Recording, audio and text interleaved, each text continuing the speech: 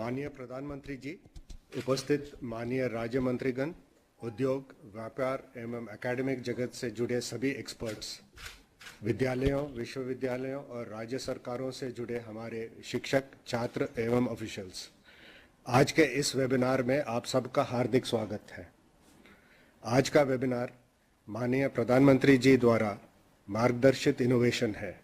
इसमें सभी प्रमुख स्टेक होल्डर्स को एक मंच पर लाकर परामर्श के माध्यम से डिजिटल यूनिवर्सिटी की स्थापना, 200 टीवी चैनल की लॉन्चिंग के लिए ज्ञान और अनुभव का आदान प्रदान, डिजिटल टीचर द्वारा ई कंटेंट और स्किल डेवलपमेंट का क्वालिटी ट्रांजैक्शन, अर्बन प्लानिंग में भारत की आवश्यकताओं की पूर्ति जैसे विषयों पर विचार किया जाएगा।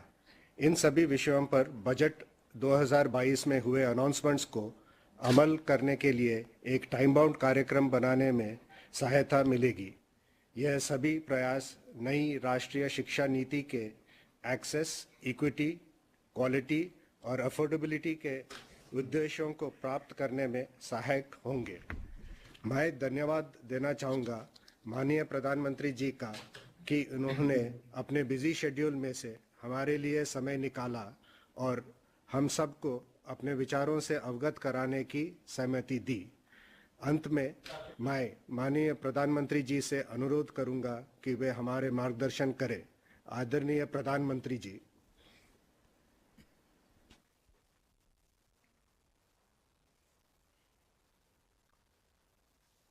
नमस्कार।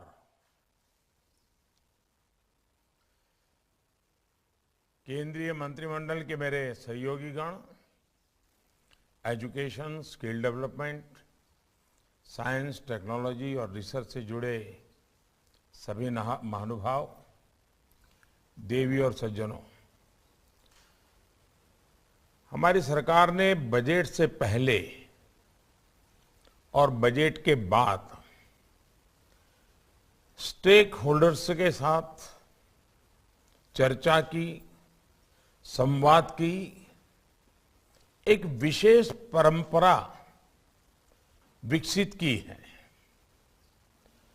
आज का ये कार्यक्रम उसी की एक कड़ी है। इसी क्रम में आज शिक्षा और स्किल डेवलपमेंट को लेकर बजट में जो प्रावधान हुए हैं उस पर आप सभी स्टेक होल्डर्स से अलग अलग पहलुओं पर विस्तार से चर्चा होने वाली है। फ्रेंड्स, हमारी आज की युवा पीढ़ी देश के भविष्य की कर्णधार है, वहीं भविष्य के नेशन बिल्डर्स भी हैं। इसलिए आज की युवा पीढ़ी को एम्पावरिंग करने का मतलब है भारत के भविष्य को एम्पावर करना। इसी सोच के साथ 2022 के बजट में एजुकेशन सेक्टर से जुड़ी 5 बातों पर बहुत जोर दिया गया है। पहला, यूनिवर्सलाइजेशन ऑफ क्वालिटी एजुकेशन। हमारी शिक्षा व्यवस्था का विस्तार हो, उसकी क्वालिटी सुधरे और एजुकेशन सेक्टर की क्षमता बढ़े, इसके लिए अहम निर्णय लिए गए हैं। दूसरा है स्किल डेवलपमेंट। देश में डिजिटल स्किलिंग इकोसिस्टम बने, इंडस्ट्री 4.0 की जब चर्चा चल रही है तो इंडस्ट्री की डिमांड के हिसाब से स्किल डेवलपमेंट हो, इंडस्ट्री लिंकेज बेहतर हो, इस पर ध्यान दिया गया है। तीसरा महत्वपूर्ण पक्ष है अर्बन प्लानिंग और डिजाइन। इसमें भारत का जो पुरातन अनुभव और ज्ञान है उसे हमारी आज की शिक्षा में समाहित किया जाना आवश्यक है। चौथा अहम पक्ष है इंटरनेशनलाइजेशन। भारत में वर्ल्ड क्लास विदेशी यूनिवर्सिटियां आए जो हमारे औद्योगिक क्षेत्र हैं, जैसे गिफ्ट सिटी है, वहां फिनटेक से जुड़े संस्थान आए, इसे भी प्रोत्साहित किया जाए। पांचवा महत्वपूर्ण पक्ष है एवीजीसी यानी animation, visual effects, gaming, comic. इन सभी में रोजगार की अपार संभावनाएं हैं। एक बहुत बड़ा ग्लोबल मार्केट है। इसे पूरा करने के लिए हम भारतीय टैलेंट का कैसे इस्तेमाल बढ़ाएं, इस पर भी उतना ही ध्यान दिया गया है। ये बजट नई नेशनल एजुकेशन पॉलिसी को जमीन पर उतारने में बहुत मदद करने वाला है। साथियों, कोरोना आने से काफी पहले से देश में मैंने अनेक बार डिजिटल फ्यूचर की बात करता रहा हूं। जब हम अपने गांवों को ऑप्टिकल फाइबर से जोड़ रहे हैं, जब हम डेटा की कीमत कम से कम रखने के प्रयास कर रहे थे, कनेक्टिविटी से जुड़े इंफ्रास्ट्रक्चर को सुधार रहे थे, तो कुछ लोग सवाल उठाते थे कि इसकी जरूरत क्या है। लेकिन महामारी के समय में हमारे इन प्रयासों की अहमियत को सबने देख लिया है। ये डिजिटल कनेक्टिविटी है जिसने वैश्विक महामारी के इस समय हमारी शिक्षा व्यवस्था को बचाए रखा। हम देख रहे हैं कि कैसे भारत में तेजी से डिजिटल डिवाइड कम हो रहा है। इनोवेशन हमारे यहां इंक्लूजन सुनिश्चित कर रहा है और अब तो देश इंक्लूजन से भी आगे बढ़कर इंटीग्रेशन की तरफ जा रहा है। इस दशक में हम जो आधुनिकता शिक्षा व्यवस्था में लाना चाहते हैं, उसके आधार को मजबूत करने के लिए इस साल के बजट में कई घोषणाएं की गई हैं। डिजिटल एजुकेशन, डिजिटल फ्यूचर की तरफ बढ़ते भारत के व्यापक विजन का हिस्सा है। इसलिए ई विद्या हो, वन क्लास वन चैनल हो, डिजिटल लैब्स हो, डिजिटल यूनिवर्सिटीज हो, ऐसा एजुकेशनल इंफ्रास्ट्रक्चर युवाओं को बहुत मदद करने वाला है।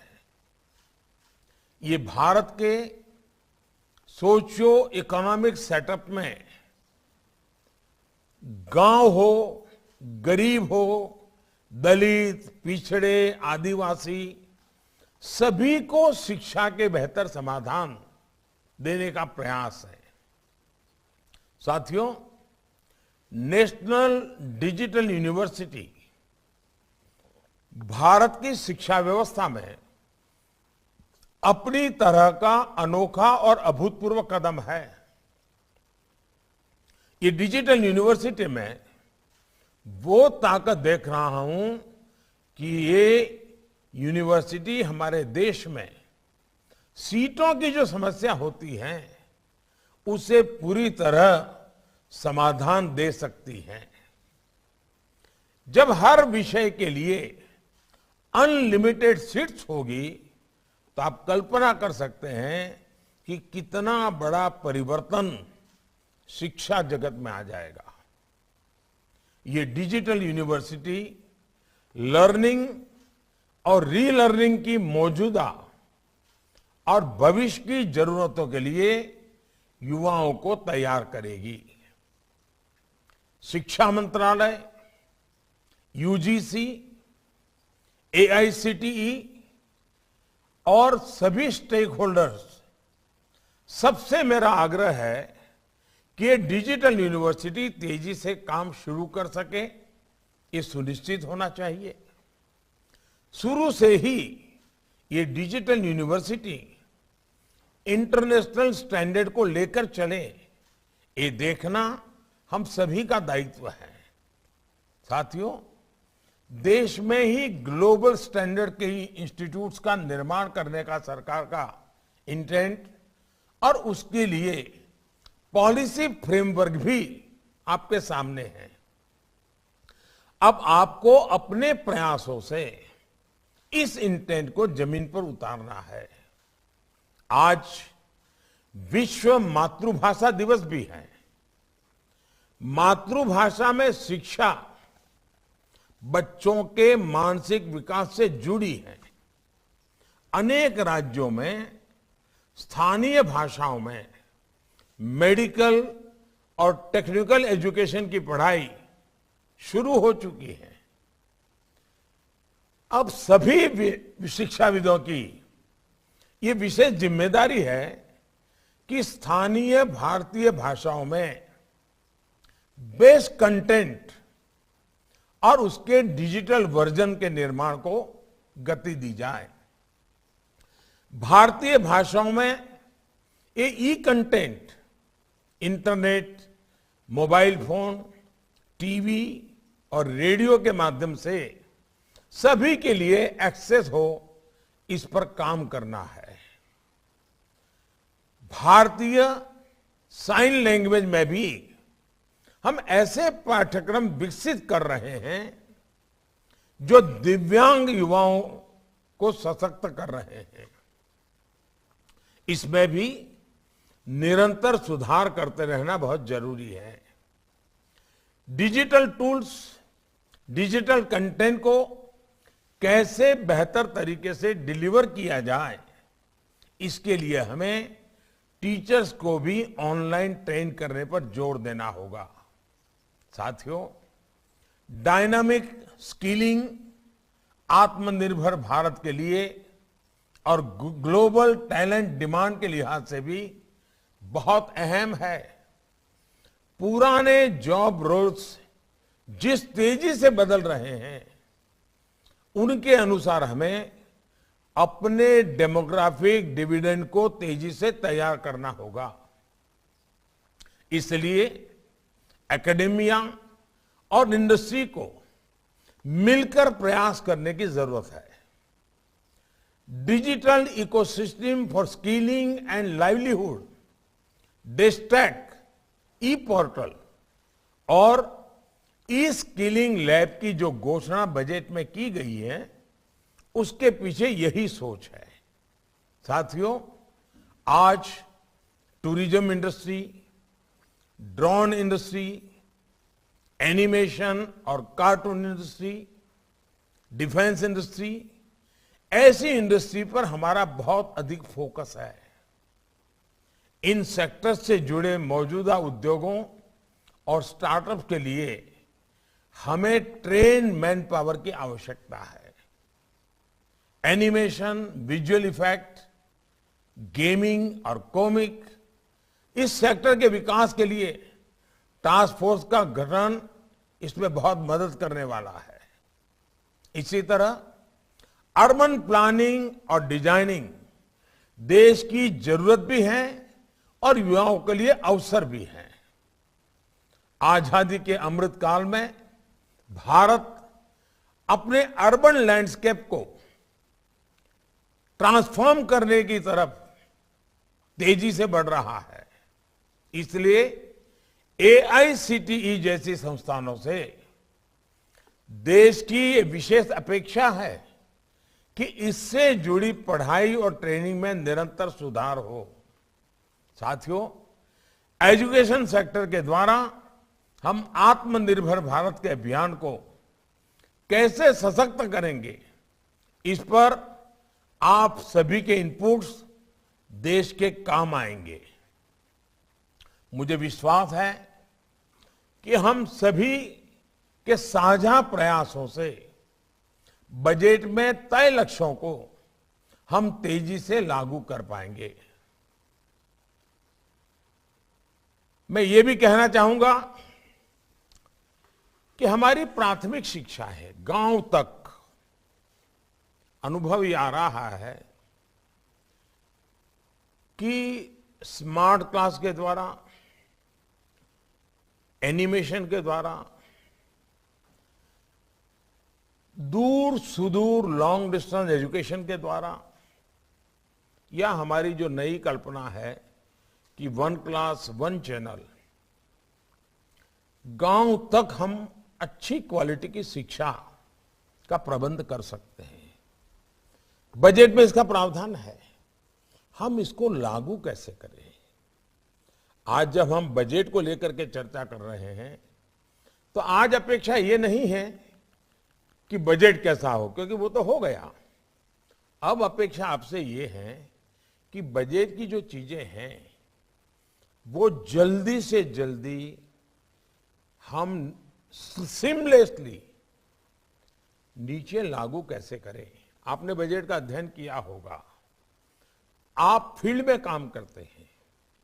बजट और आपके काम और एजुकेशन डिपार्टमेंट की, स्किल डेवलपमेंट डिपार्टमेंट की अपेक्षाएं, इन तीनों को मिला करके अगर हम एक अच्छा रोड मैप बना देते हैं, हम टाइम बाउंड काम की रचना कर देते हैं। हमारे यहां आपने देखा होगा, बजट हमने करीब 1 महीना प्रीपोन कर दिया। पहले बजट 28 फरवरी को होता था, अब इसको 1 फरवरी को ले गए। क्यों? तो बजट 1 अप्रैल से लागू हो उसके पहले बजट पर हर कोई डिटेल व्यवस्था कर ले, ताकि 1 अप्रैल से ही बजट को हम धरती पर उतारना शुरू कर सके, हमारा समय बर्बाद ना हो।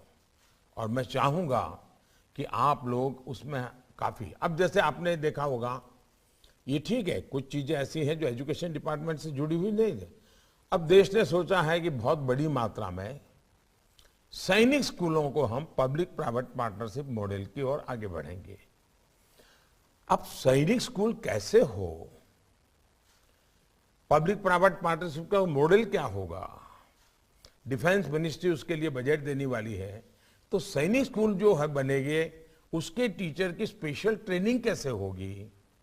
आज जो हमारे टीचर्स ट्रेनिंग की व्यवस्थाएं हैं, उसमें सैनिक स्कूल के टीचर्स की स्पेशल ट्रेनिंग, क्योंकि उसमें फिजिकल पार्ट भी होगा, उसको हम कैसे कर सकेंगे। उसी प्रकार के स्पोर्ट्स हमारे देश में इस ओलंपिक के बाद स्पोर्ट्स ने एक विशेष आकर्षण पैदा किया है। स्किल की दुनिया का ये विषय तो है ही है, खेल जगत का भी है, क्योंकि टेक्निक, टेक्नोलॉजी, इसने भी अब स्पोर्ट्स में बहुत बड़ी जगह बना ली है।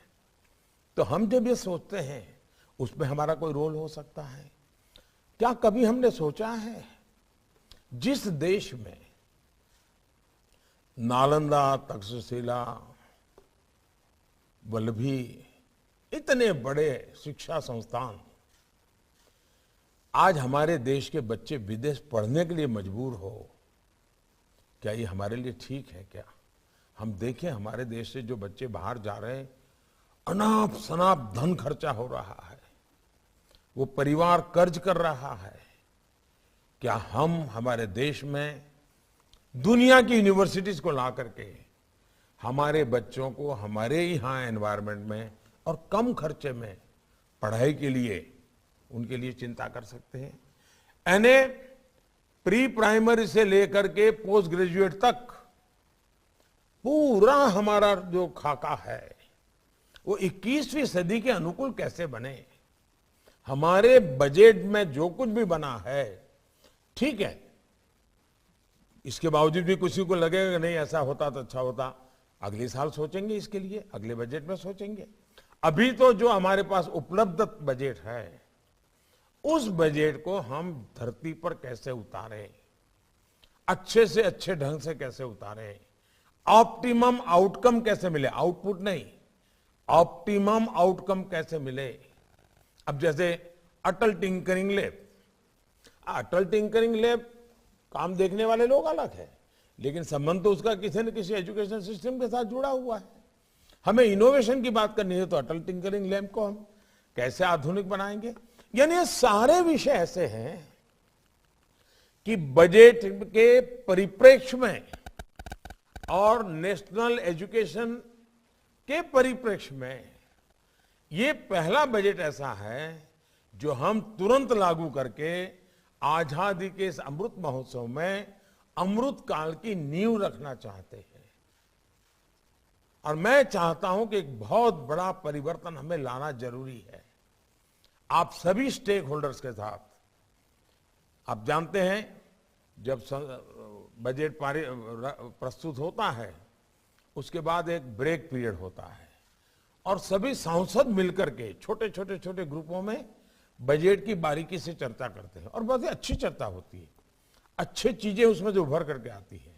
लेकिन हमने उसको एक दायरा और बढ़ाया, सांसद तो इन दिनों ही कर रहे हैं, लेकिन अब हम सीधे डिपार्टमेंट के लोग स्टेक होल्डर के साथ बात कर रहे हैं। यानी हमने एक प्रकार से सबका प्रयास, ये जो मैं कह रहा हूं ना, सबका साथ, सबका विकास, सबका विश्वास, सबका प्रयास, इस बजट में भी सबका प्रयास ये बहुत आवश्यक है। बजट ये सिर्फ आंकड़ों का लेखा जोखा नहीं है जी। बजट अगर हम सही ढंग से, सही समय पर, सही तरीके से उपयोग करें तो हमारे सीमित संसाधनों से भी हम बहुत बड़ा परिवर्तन ला सकते हैं। और ये तब संभव होता है कि बजट से क्या करना है, क्लैरिटी अगर सबके मन में आ जाए। आज की चर्चा से एजुकेशन मिनिस्ट्री, स्किल मिनिस्ट्री, उनको भी बहुत बड़ा लाभ होगा, क्योंकि आपकी बातों से पक्का होगा कि ये बजट बहुत अच्छा है, टिकना है, लेकिन इसमें ये करेंगे तो मुश्किल होगा, ये करेंगे तो ठीक होगा। बहुत प्रैक्टिकल बातें उभर करके आएगी। खुल करके आप अपने विचार रखिए। मूल बात है, तत्वज्ञान की चर्चा नहीं है, व्यवहार जीवन में इसको धरती पर कैसे उतारना, अच्छे ढंग से कैसे उतारना, सरलता से कैसे उतारना, सरकार और सामाजिक व्यवस्था इसके बीच में कोई दूरी ना हो, मिलकर के काम कैसे हो, इसलिए ये चर्चा है। मैं आप सबका फिर से एक बार जुड़ने के लिए धन्यवाद करता हूं। पूरे दिन भर जो आपकी चर्चाएं चलेगी उसमें से बहुत ही अच्छे बिंदु निकलेंगे, जिसके कारण डिपार्टमेंट तेज गति से निर्णय कर पाएगा और हम ऑप्टिमम हमारे संसाधनों का उपयोग करते हुए हम अच्छा आउटकम के साथ अगले बजट की तैयारी करेंगे। मेरी आप सबको बहुत बहुत शुभकामनाएं हैं। बहुत बहुत धन्यवाद।